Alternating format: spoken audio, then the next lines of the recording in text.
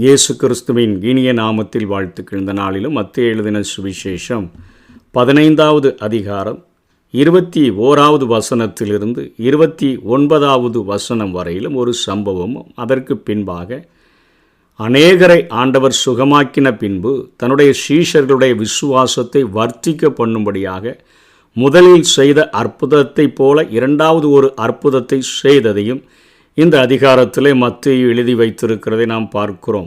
உண்மையான ஒரு விசுவாசத்தையும் ஊக்கமான ஒரு ஜெபத்தையும் வலியுறுத்தும்படியாக ஆண்டவர் முதலிலே ஒரு காரியத்தை செய்கிறதை பார்க்கிறோம். ஒரு கானானிய பெண்ணுடைய வாழ்க்கையிலே இயேசு கிறிஸ்து செய்த ஒரு அற்புதத்தை குறித்து இங்கே மத்தேயு குறிப்பிடுகிறார். 21ஆம் வசனத்தில், பின்பு இயேசு அவ்விடம் விட்டு புறப்பட்டு தீரு சீதோன் பட்டணங்களின் திசைகளுக்கு போனார் என்று எழுதுகிறதை பார்க்கிறோம். பொதுவாக கலிலேயா, சமாரியா, யூதேயா என்ற இடங்களின் எல்லைகளுக்கு வெளியே செல்லாத இயேசு நாட்டை விட்டு வெளியே இங்கே சென்று இருக்கிறதை பார்க்கிறோம். அங்கே போய் பிரசங்கம் எதுவும் பண்ணலை.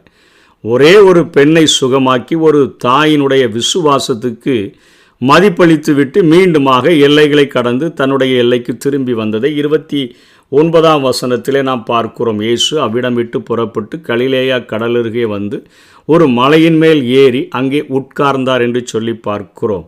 இங்கே தீரு சீதோன் திசைகளிலே பெனிக்கியர்களும் கானானியர்களும் அங்கே வாழ்ந்து வந்தார்கள். அந்த இடத்திற்கு இயேசுவே கடந்து சென்று விட்டு மீண்டுமாக தன்னுடைய எல்லைகளுக்கு அவர் திரும்பி வந்ததை பார்க்கிறோம். அங்கே ஒரு கானானிய ஸ்திரீ ஒருத்தி ஆண்டவரிடத்தில் வருகிறாள். ஆண்டவரே, தாவீதின் குமாரனே, எனக்கு இரங்கும், என் மகள் பிசாசினால் கொடிய வேதனைப்படுகிறாள் என்று சொல்லி கூப்பிடுகிறதை பார்க்கிறோம்.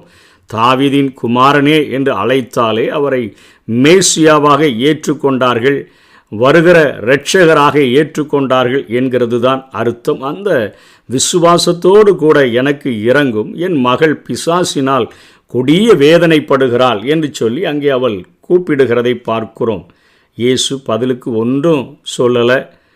சீஷர்களுக்கு ஒரே பிரச்சனை என்னென்னா, தொந்தரவு நீங்கணும் அப்படிங்கிறதுல ரொம்ப குறிக்கோளாக இருந்து கொண்டு சீஷர்கள் இயேசுவை பார்த்து சொல்கிறாங்க, அவளை அனுப்பிவிடும் என்று சொல்லி, அவளை எப்படியாவது அந்த தொந்தரவை விட்டு நீக்கிடணும், அவளை அனுப்பிடணும் என்கிறதிலே குறிக்கோளோடு கூட அவர்கள் எந்த விதமான ஒரு ஆத்ம பாரமும் இரக்கமும் இல்லாமல் செயல்படுகிறது போல காணப்படுகிறதை நாம் பார்க்கிறோம். அதனைத் தொடர்ந்து 24வது வசனத்தில் ஆண்டவர் சொல்கிறார், காணாமற் போன ஆடுகளாகிய இஸ்ரவேல் வீட்டாரிடத்திற்கு அனுப்பப்பட்டேனே அன்றி மற்றபடி அல்ல என்றார். அதாவது தேவனுடைய திட்டம் என்ன? முதலாவது அந்த ஆசீர்வாதங்கள் தன்னுடைய ஜனங்களாகிய இஸ்ரவேலருக்கு வர வேண்டும், பின்பு புறஜாதிகளுக்கு வர வேண்டும் என்கிற தேவனுடைய திட்டத்தை இங்கே ஆண்டவர் மறைமுகமாக சொல்லுகிறார். இஸ்ரவேல் வீட்டாரிடத்திற்கு அனுப்பப்பட்டேனே அன்றி மற்றபடி அல்ல என்று சொல்லுகிறதை பார்க்கிறோம்.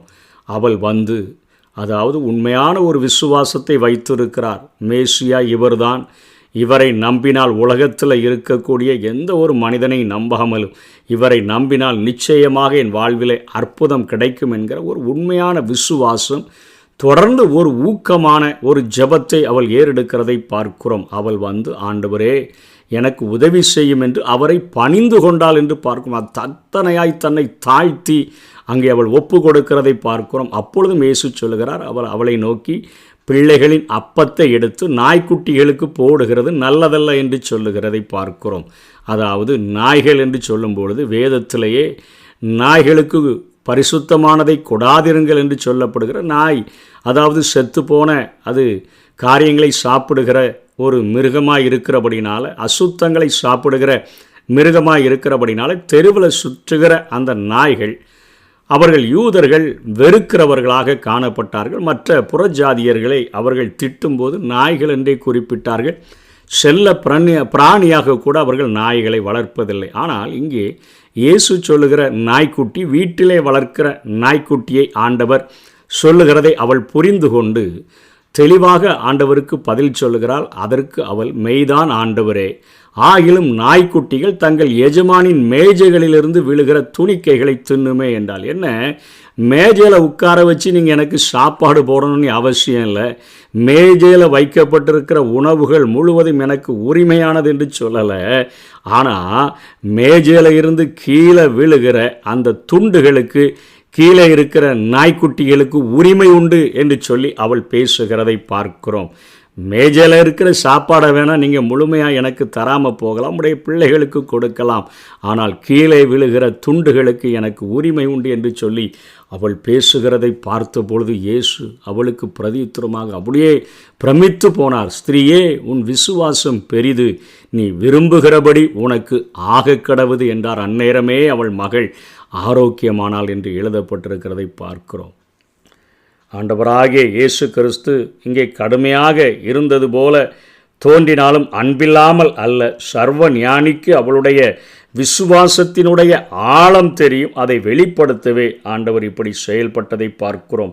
இந்த பகுதியில் இஸ்ரவேல் மக்களை காணாமற் போன ஆடுகள் என குறிப்பிடுகிற இந்த வேத பகுதியானது புறஜாதிகளை நாய்க்குட்டிகள் என்று யூதருடைய அந்த குறியீட்டாலே குறிக்கிறதை பார்க்கிறோம். இந்த வரலாற்றின் ஊன கண்களுக்கு பின்னால் ஒரு அதிசயமான காரியம் நடந்து கொண்டிருக்கிறது, நிகழ்ந்து கொண்டிருக்கிறது என்று சொல்லி அந்த யூத மக்களுக்கு தெரியாமல் இருந்தது. அதாவது பிதாவின் முன்னிலையிலிருந்து வானத்திலிருந்து ஒரு அப்பம் மண்ணுக்கு இறங்கி வந்ததை யோவான் 6ஆம் அதிகாரம் 32ஆம் வசனத்திலிருந்து 35வது வசனம் வரையிலும் நாம் பார்க்கிறோம். இயேசு அவர்களை நோக்கி, வானத்திலிருந்து வந்த அப்பத்தை மோசே உங்களுக்கு கொடுக்கவில்லை, என் பிதாவோ அவருடைய சமூகத்திலிருந்து இறங்கி வந்ததை சொல்லுகிறார். வானத்திலிருந்து வந்த மெய்யான அப்பத்தை உங்களுக்கு கொடுக்கிறார் என்று மெய்யாகவே மெய்யாகவே உங்களுக்கு சொல்லுகிறேன். வானத்திலிருந்து இறங்கி உலகத்துக்கு ஜீவனை கொடுக்கிற அப்பமே தேவன் அருளின அப்பம் என்றார். அப்பொழுது அவர்கள் அவரை நோக்கி, ஆண்டவரே, இந்த அப்பத்தை எப்பொழுதும் எங்களுக்கு தர வேண்டும் என்றார்கள். இயேசு அவர்களை நோக்கி, ஜீவ அப்பம் நானே, என்னிடத்தில் வருகிறவன் ஒரு காலம் அவன் பசி அடையான், என்னிடத்தில் விசுவாசிக்கிறவன் ஒரு காலம் தாகமடையான் என்று சொல்லி இங்கே ஆண்டவர் பதில் உரைக்கிறதை பார்க்கிறோம். தன்னை ஒரு தெய்வீக ஒரு அப்பமாக, தெய்வீக சுகத்தையும் தெய்வீக ஆசீர்வாதத்தையும் கொடுக்கிற அப்பமாக இங்கே ஆண்டவர் பேசுகிறதை பார்க்கிறோம். சற்றும் களங்கமில்லாத ஒரு அப்பம். அது வந்தபொழுது யாருக்கு முன்னுரிமை கொடுத்ததோ அதை அவர்கள் ஏற்றுக்கொள்ளலை.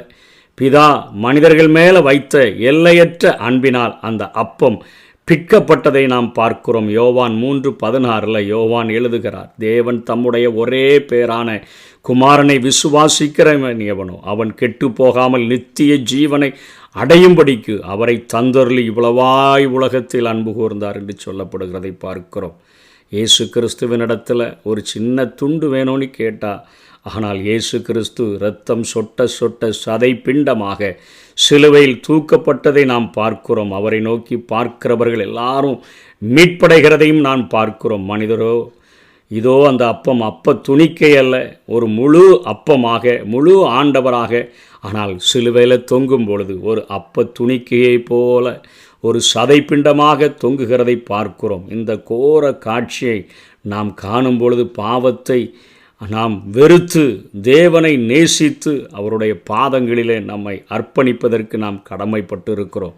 வெளிப்படுத்தல் 3:20 இதோ வாசற்படியில் நின்று தட்டுகிறேன், ஒருவன் என் சத்தத்தை கேட்டு கதவை திறந்தான், அவன் கூட வந்து அவனோடு கூட போஜனம் பண்ணுவேன், அவனும் என்னோடு கூட போஜனம் பண்ணுவான். இன்றைக்கு இயேசு கிறிஸ்துவை நம்ம உண்மையாக ஏற்றுக்கொண்டோன்னு சொன்னால் கீழே விழுகிற துணிக்கைகளை பொறுக்கி கொள்கிறதற்கு அல்ல, அவரோடு கூட மேஜையில் அமர்ந்து ஒரே ஒரு தகுதி, மேசியாவாக, இயேசுவாக, இரட்சகராக அவரை ஏற்றுக்கொண்டு அவருடைய வார்த்தைகளின்படி வாழ்கிறதற்கு நம்மை தீர்மானித்து நம்முடைய இருதயத்தில் அவர்களுக்கு இடம் கொடுத்தோம் என்று சொன்னால் துணிக்கைகளை அல்ல, தன்னோடு கூட சரிசமமாக உட்கார வைத்து நமக்கு போஜனம் அருளுகிற ஒரு ஆண்டவர் என்கிற காரியத்தை குறித்து தான் இந்த பகுதியில் ஆண்டவர் ஒரே ஒரு அற்புதத்தை செய்துவிட்டு, அதாவது பிதாவினுடைய திட்டத்தில் புறஜாதிகளும் இருக்கிறார்கள் என்கிற காரியத்தை காண்பித்துவிட்டு ஒரு உண்மையான விசுவாசம், ஒரு ஊக்கமான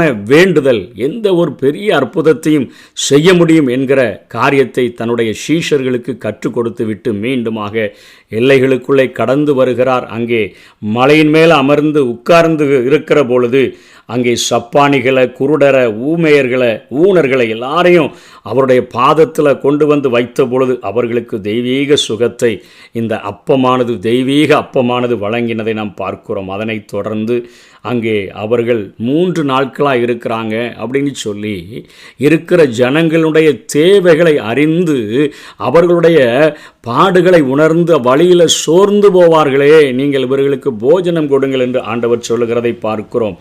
7 அப்பமும் சில சிறு மீன்களும் தான் இருக்குதுன்னு சொல்லி இதற்கு முன்பாக செய்த 5 அப்பம் 2 மீன்களை கொண்டு 5000 பேரை போஷித்து 12 கூடை நிறைய எடுத்த அந்த அற்புதத்தை மறந்துவிட்டு சீஷர்கள் அங்கே அப்படி இதெல்லாம் கொடுக்க முடியும் என்று சொன்ன பொழுது என்ன இருக்கிறது என்று கேட்ட பொழுது 7 அப்பம் சில சிறு மீன்கள் இருக்கிறது என்று சொல்லுகிறார்கள்.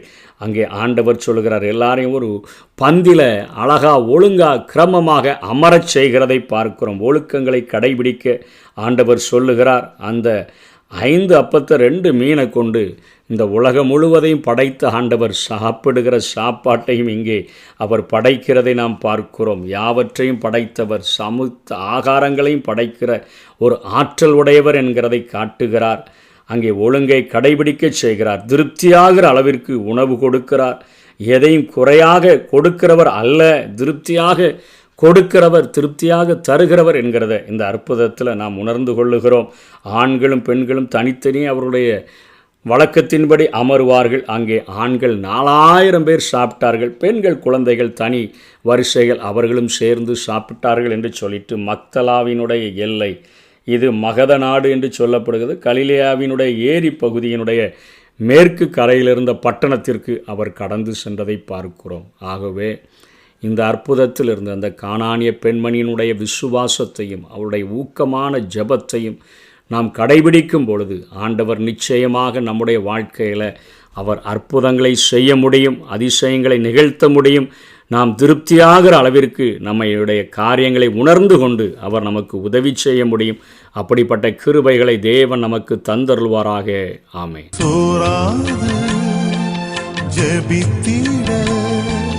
ஜபாவிவரம் தாருமே, தடையாவும் அகற்றிடுமே,